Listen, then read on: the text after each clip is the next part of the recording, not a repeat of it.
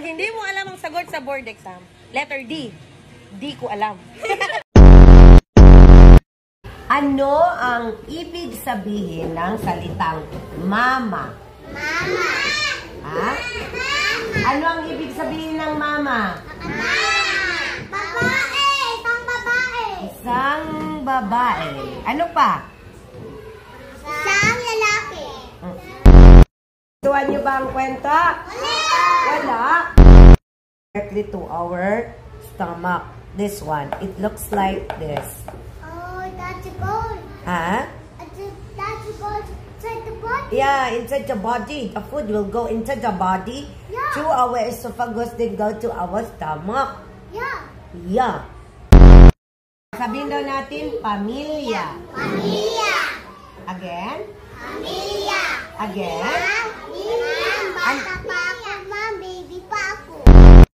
Ano ang unang tunog sa salitang manok? Buto. Ano naman ang trabaho ng buto sa katawan natin? Masaya. Anong shape ito?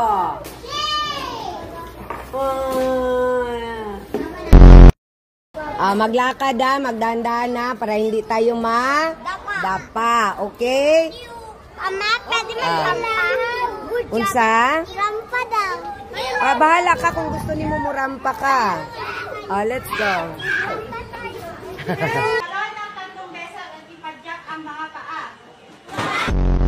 Ano ang unang tunog sa salitang manok?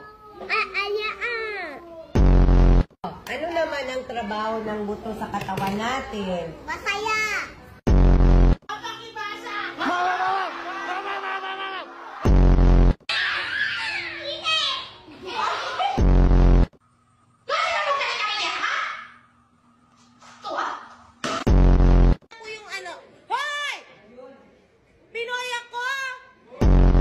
Anong shape ito?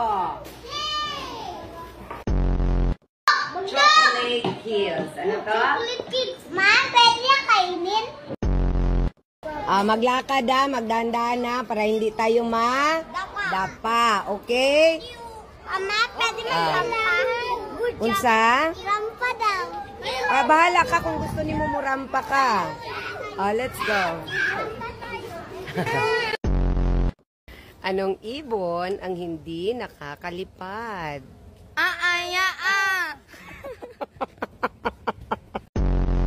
Tayo ay mga Pilipino. Saan tayo nakatira? Sa Chinese. Sa Chinese. Chinese. Ano ang pangalan ng bansa natin? Ibang bansa.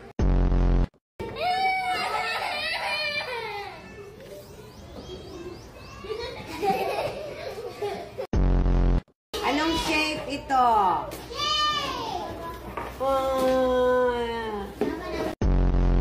Buto. Ano naman ang trabaho ng buto sa katawan natin? Masaya. Ano ang unang tunog sa salitang manok? Apaka-social naman ng aking baby love magsagot. Oy, may isda sa sapa.